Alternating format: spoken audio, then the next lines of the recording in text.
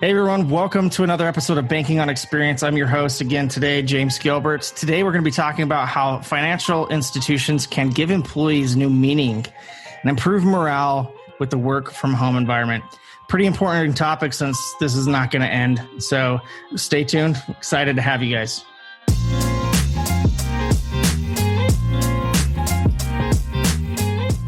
All right. So we are excited to have a guest on right now. Her name is Jill Nowacki. Jill, you want to introduce yourself and what you're about and why we chose this topic? You bet. Thank you, James. As you said, I'm Jill Nowacki. I'm the president and CEO of a company called Humanidei O'Rourke, and we are a human capital strategies firm that primarily works with credit unions to help them build inclusive workplaces where every employee in the organization feels like they can contribute to their best, highest value. I actually found Jill. If you're not aware of this, she is a regular contributor to the CUInsight blog, which has become a theme of how I find guests for this podcast because there's so many good people on there. That's great. They'll love to hear that. So if you haven't read her articles, she's got some really, really good ones. A few of them actually really caught my eye, and I wanted to call a few of them out. One of them you just recently did in July about caregiving and COVID, and are women going to lose professional gains? And I know we weren't going to talk about this, but I actually just read it this morning and I was like, holy cow, this actually is another really, really good topic. So give us a high level summary of that really quick. Awesome. So I'm actually delighted that you asked that question, James, because this morning, right before we got on this call, I was writing the follow-up article for next week. And it is some of the results from that survey that is teased and described in the July article. And what is really surprising or perhaps alarming of parents right now, families with children under the age of 18, anywhere from 64% to 91% of those households have full-time employees in the parenting situation. And so what that means is that in our workforces, a lot of our employees are working parents. And in a situation where we're dealing with the shifting caregiving responsibilities, and now what we thought was 2 weeks back in March has evolved into questioning whether our kids even go back to school full-time this fall. The burden that people are trying to handle and manage by having kids at home and working full-time and the struggles with that are pretty extraordinary. And what I learned in the survey that I conducted is that there is a tremendous percentage, not just of women, but of their partners as well in caregiving, who have intentionally scaled back. And so what I'm seeing is about 1/3 of households have said that at least one parent in the household has formally scaled back their career since moving into these changing caregiving responsibilities. And as financial institutions, that's not just important to us as employers, but that's important to us as lenders as well. Because when you scale back your career, typically you're scaling back your income, and that may change your ability to repay on some of those loans as well. I love this topic because I have 4 kids of my own, and bless my wife. Holy smokes. I'll tell you what, I have no idea how some working moms are doing this. I truly do not. It blows my mind because what my wife is dealing with our 4 kids on a daily basis, and then having to have a job on top of that, which she doesn't have, and it keeps her day completely full. So I give a big shout out to, the working moms and dads out there that are really having to pull that extra weight. And you're right. Scaling that back is not easy. And I think that right now more than ever, you have employees that maybe even haven't reached that part in their life yet, but they're still, it's impacting people in such a significant way that credit unions and banks, they've got to figure out ways to empower the employee more and make them feel more comfortable in this environment, especially since we don't see an end to it right now. No end at all. And that's another part of the situation that people are feeling. You're talking about this idea of uncertainty and not knowing when the end is. And emotional burden that our employees they're carrying in that too. And this is something that extends from the survey results, but I think may be relevant to anyone, caregiver or not. And it's that about 20% of the people who responded to the survey said that they've made career choices in the past 5 or 6 months that they believe have decreased their confidence about the safety for their family. So think about from the case of maybe a teller who's going to work at the credit union and maybe compromising a family member who they live with that may have a higher risk if they're exposed to COVID, for example. So it's not even just the burden of carrying the caregiving responsibility and the additional workload. It's also that emotional burden of not being sure that your decisions you're making right now aren't compromising the health and safety of your family members too. Let's talk a little bit about that, because one of the things that I wanted to ask you was, what are some things that financial institutions can do right now to show some love in this situation and show some empathy and just help people? What can they do? So a few elements that come out as far as in working with employees, there are some, I've heard some great stories about, and this one is maybe not as warm and fuzzy, but there's one credit union that I work with that has created on-site rapid COVID testing for their employees. So if the employee wants to have a COVID test, there is no fee to the employee. There's a rapid result on that, and they can do it as much as they want to. And so for some employees, that gives them a lot of psychological safety because they have that certainty that they don't have COVID. And personally, I wouldn't want to go get a COVID test every week. It sounds like it might be a little invasive, but if that creates a sense of psychological safety or certainty for someone, that's a great way to really give a tangible benefit to employees who may feel like they're at risk. Warmer, fuzzier side of that, at just even extending empathy, engaging in those one-on-one conversations, sending a strong message that you understand that employees are dealing with more, that goes a long way. And then flexibility from the manager. So maybe it's not the CEO, it's just the direct manager of an employee. Having that one-on-one conversation and having that manager indicate that they understand that each individual circumstance is so different and that each individual needs a different level of grace and empathy. And you didn't ask this question, I hate to make it negative, but one of the areas that I've seen in kind of the story of what not to do is when an employee expresses concern, especially our frontline employees who have to go in and be in the branches. When an employee expresses concern about not being certain if they're making a decision that's safe for their family, the wrong response is, well, you should just be thankful you have a job in these economic times right now. And unfortunately, while it's the wrong response, it doesn't mean nobody gives it in one form or another. And so being really careful in making sure that you're not sending that kind of message that's like tough luck, at least you get a paycheck, though, is not the right way to navigate this. Yeah, I couldn't agree more. I mean, we have to realize that people are dealing with an emotional and psychological side of this that it's unfathomable, and people are not going to be able to figure that out on the fly.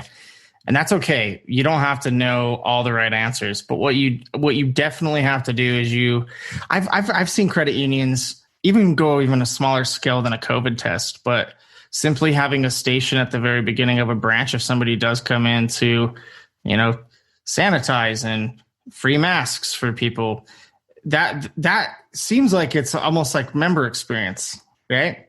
But it also serves the employee just as much as it serves the member, because at that point, people that come into those branches, they've got to feel comfortable as employees to serve them, and having some little things like that can go a long ways.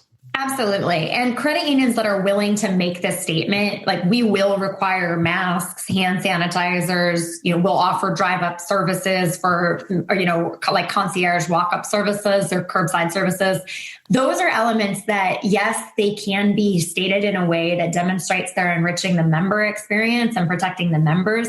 But what that does to an employee who doesn't have to then be the one who's asking a member to put a mask on, or asking a member or refusing service to a member, to be able to give employees the construct of that being a policy, a requirement, and not putting that burden on the employee to navigate that communication is another really nice way to show your employees you have their back in that. Yeah, I couldn't agree more, Jill.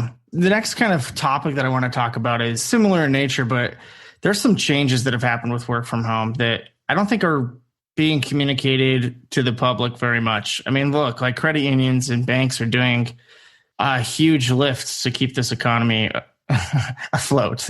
Like, let's be real here. And it's not being talked about, but there's also changes to the employee that are happening and at these specific financial institutions. So what are some of the changes that you've seen, and what kind of impact does that have on the employees? So the changes I've seen as far as the employees who are attempting to work from home, and this is an interesting situation. So I've been in a work from home environment since pre-COVID, and I have a fourth grader. And so having him in the household, it is a completely different remote work experience than it was before. And I can't even imagine those employees who never had the intention of, a call center employee who was always going into a physical call center, never had the intention of being a work from home employee. It's not like their home suddenly converted into a fantastic office space.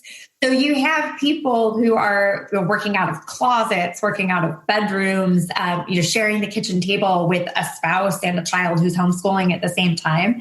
And the lift that credit union employees are doing by making that work, by allowing their home, their sort of place of respite to be infiltrated by work.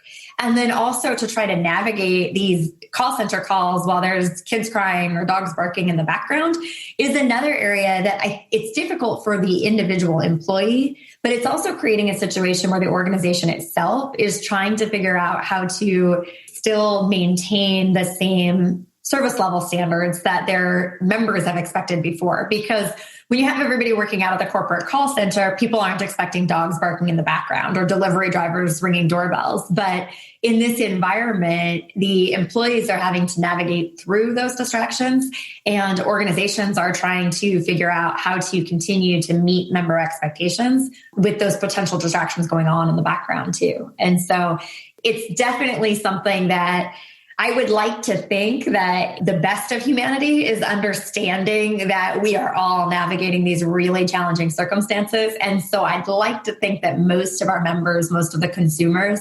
understand the weirdness, for lack of a better term, of this situation where people are working in less than ideal conditions. But I do have some fears, and I've had some clients express some concerns about where do we reach that maximum tolerance from consumers where it's like, okay, we got that this was tricky for a while, but why haven't you figured out a better work from home arrangement? And the reality is we haven't figured out a better work from home arrangement because these people weren't living in places where they had home offices, and they haven't moved just because COVID hit too. I've seen some really, really cool things that some businesses are doing to just help the work from home environment. And I'm with you. Like, the work from home thing has been normal to me for a long time. And, I'm fortunate enough to where I do have an office, but not everybody's like that. And I think that, a small gesture is allowing an allowance for an employee to get the things that are necessary for them to be a little bit more comfortable in their own home. They might not have an office, but provide them noise cancellation headphones and provide them a way to actually engage with others, right? Or monitors if they need those. I mean, those are things that are really easy to do. It's not a huge lift financially for a financial institution. And on top of that, it's very easy to just put your line in the sand and say, look, all you have to do is show us the receipt that you actually spent the money on this, or we'll reimburse you for it. But allow that freedom. And I think that that's got to be step one, because one, it's impacting them as the employee, which number two is going to impact the member experience. And when you start thinking about that, then it just has a ramification and downstream effect on growth and financials at a financial institution. So, I mean, from all of that, it all kind of gets coupled into that's what the purpose of why you should try and do something like that. Yeah. The other point I would add to that, James, is that I think that, financial institutions who have been saying for years, oh, we don't know if remote work's going to work for us. We don't know. Maybe we'll have a 2-year study and then we'll decide if we want to ease into it. Ended up, standing up these home offices, remote work situations in like 24 hours. And when this all came down in mid-March, people were talking about how, the kids are going to be off school for 2 weeks and then we'll send everybody back. So we're in this remote work environment for a couple of weeks. And I think people really compromised the ideal setup, right? Like it was a get set up fast, get your equipment in place, do whatever, but it's really temporary. Well, now we're 5 months in. We aren't confident. I'd heard several credit unions say, September 1, and those credit unions who said September 1 have now bumped to January 1, 2021. So now what we thought maybe was a 2 to 4 week situation has really evolved into at least 10 months, perhaps much longer. And yet nobody has created these more permanent office setups. And so even something as simple as, situations where employees have come home and just used whatever sort of like leftover pens they have from the last hotel they stayed at, or the simple office supplies like that. How nice might it feel if you just gave your work from home employees $25 or $50 Staples gift cards so that they could go out and actually buy the pens they like or the Post-it notes they like, or some kind of like really basic office supplies, even if it's not the full technical setup that they would have. Or even better, credit unions and banks are historically great at sending direct mail. So how about you send a gift package to your own employees that already have those supplies and give them a fun thing to go on top of it, like a $25 DoorDash gift card, because everyone is way overwhelmed with work-life balance, and give them a little bit of a break. I mean, that would create an employee experience that people would want to remember and talk about. Yeah, I agree. I think that actually early on COVID, people were great about like the pet happy hours and the Zoom happy hours. And like, we'll send everybody a special to-go mug that they can drink their Zoom cocktail out of or whatever. And then I think a lot of that, though, has kind of faded off as we've sort of been like, oh, well, this is just our life now. And we've resigned ourselves to this kind of cobbled together situation that we need to stay energized and focused and refreshed around, invite a sense of reality to what we're experiencing, but still really look for those engagement touch points as well. Couldn't agree more. We've talked about a couple of examples that you feel like are doing it pretty well. Are there any others that you would like to bring to light? Just things that people are doing that just really stand out to you? Yeah. So I work with a large credit union in Denver, Colorado, that has been really focused on making sure that they're investing in their employee education during this time. And to me, it's something that is such a significant, meaningful investment in engagement. And so, we were talking about kind of the fun of the happy hour, or the, bring your pet to Zoom. But this is something where they're able to give their employees a sense of purpose around the meetings and the conversations they're having, and keep giving people those opportunities to serve on cross-functional teams where they're making a difference that drives things forwards. And I think that that's really important from an engagement standpoint, but I think that's also really important for sending that message to employees that, we're not in a holding pattern. We're still focused on our mission. We're still focused on our purpose. And we're really here for the long haul over time with that. I actually hadn't thought about training in this time and it's important. You've got to continually educate your employees. And I don't think very many people are thinking of that. So I think that's a great takeaway. And I think it's something that it's as surprising. It's kind of looking at this situation and finding the silver lining in it. So many organizations have gone to like A team, B team, so that only half of their staff is in the branch at any given time as an effort to reduce potential exposure for COVID. And what ends up happening is that when you have that B team that's not in the branch, your branch staff now has tremendous opportunity for training that is not typically there, because it is really hard to find time to engage your member-facing employees in long-term training initiatives because they're so busy doing the actual service to the membership. So it's a great opportunity to find that silver lining and look at ways to invest in the professional development of your employees who don't always have the time to engage in that learning. We've been talking about some of the things that financial institutions can do. Let's actually narrow it down to like maybe 3 to 4 takeaways that they could get from this. So what are 3 to 4 things people can do to give employees an outlet and sort of a sense of meaning during this work from home environment? I think what is really important in this time is to ensure that employees are being evaluated for the results they're achieving and not just the hours they're putting in. We talked about at the beginning of it, when people are carrying this additional burden of caregiving too, it's really extended the amount of work, i.e. rest time, non-leisure time that somebody is doing. And when an organization can look at that and say, we're measuring your performance not by the hours you're sitting at your desk, but by the results of what you're achieving. And we're going to stay focused on the achievement of those metrics. It's a great way to ensure accountability in a remote environment, but it's also a really great way to ensure engagement and to give employees a sense of having accomplished something when what can otherwise feel like we're spending a lot of time on a hamster wheel right now.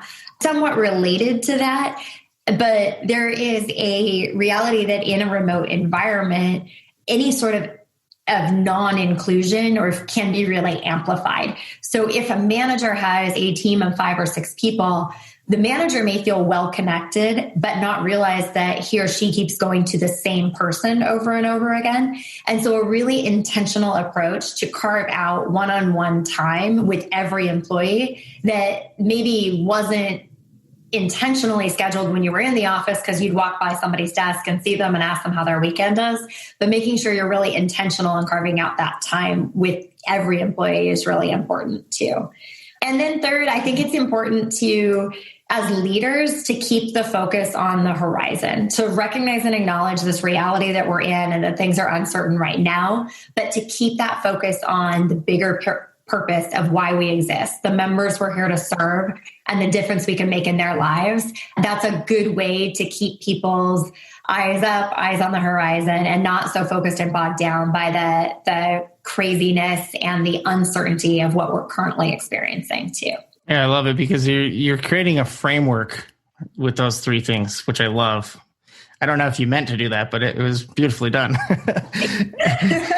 And that framework is really, really good because it shows accountability, but ownership. It shows the ability to be invested in your employees. And then it also shows the fact that you're not just leaving it up to them, but that you're providing a positive environment for them and continuing that positive attitude. So I like that framework because I think that there's way too much negative in this world right now. And we got to focus more on the positive. The reason it's lonely at the top has become a cliched expression is because it's so true. And so CEOs, top leaders right now, they're struggling because they tend to exist in an environment where they expect to have all the answers, and all the answers are just not knowable right now. So leaders that can keep focused on that reality. I don't know everything. I have some questions too, but what I know is we can align together, we can come together, and we can stay focused on a future still. That's the kind of leadership people need right now, I think. So Jill, as a last question before we hop off, where can people find Jill? And let's say I'm a credit union and I need help with this. How can they engage with you to get that help? The best way to reach me is to send an email or to visit our website. My email address is jill@humanidei.com, and Humanidei is HUMAN, like human, I, and then DEI, like diversity, equity, and inclusion, because that's what we were organized around. So jill@humanidei.com, or the website is just humanidei.com. Awesome. Well, Jill, I appreciate you taking the time with us today, and thank you for being a guest on Banking on Experience.